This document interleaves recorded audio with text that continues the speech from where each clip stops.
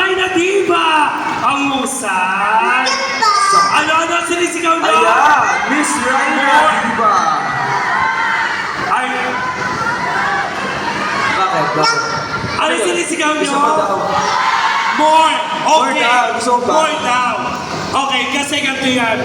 Of course, ang tanong, si Raina po kasi ay taga-Taguig.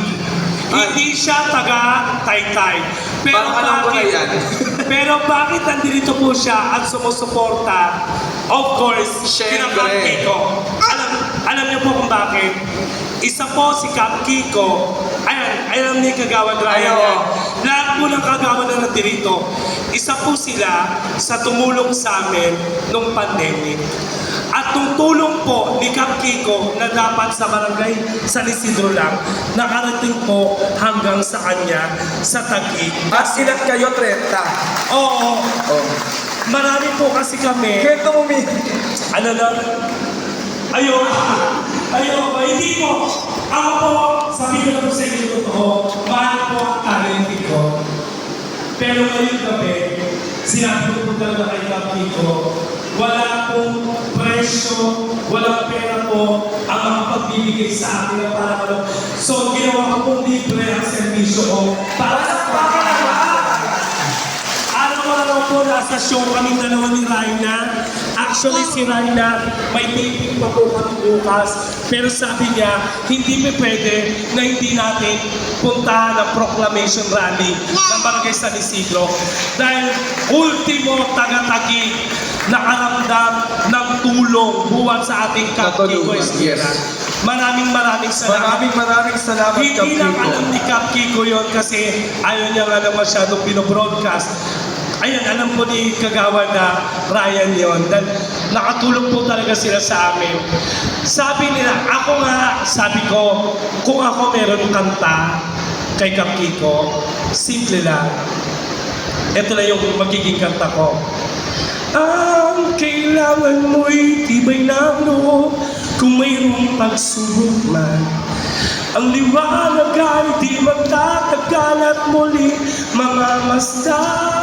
Ikot ng mundo ay hindi laging bigati kasawian. Ang pangarap nyo ay makakamtan basta kay Kiko ka lamang. Kaya naman sabi nila, sa lahat ng dagok na dumarating sa Barangay San Isidro, lagi nating iisipin na may bukas pa. Yes. May bukas pa, may bagong pag-asa, at lahat ng mga taong nandito po sa inyong harapan ang mag-aawit po sa atin ng dagok at problema na ating kinakaharap ngayon. Inuulit ko po sa inyo, huwag nyo na pong paghiwalayin lahat ng isang grupo na to sapagkat kapag ito pong lahat ay nanalo, tayo rin pong mga taga-Barangay San Isidro ang panalo sa laban na to. Kaya naman, ayaw man ni Kap Kiko gawin to, pero gusto po namin malaman ninyo ang isang video na ipapalabas namin sa inyo. Of course, dahil kakanta pa si Raina. Sabay-sabay natin panoorin ang Kasi- ibalik ang dating sigla ng Barangay San Isidro video presentation. Ito si May Bukas Pa by Katrina Velarde. Let's give it up to Raina Raina Diva.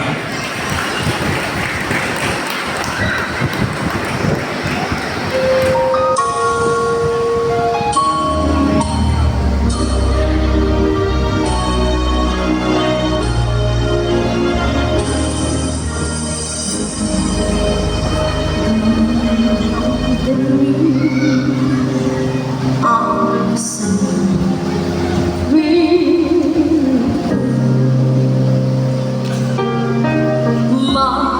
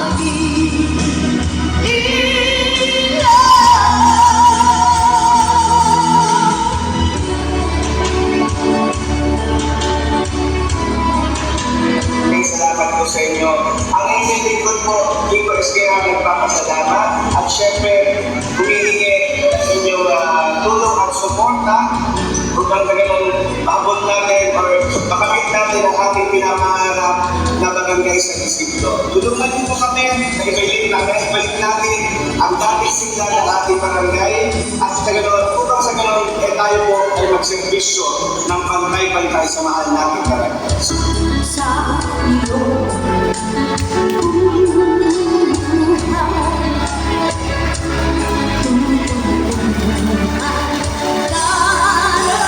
iyong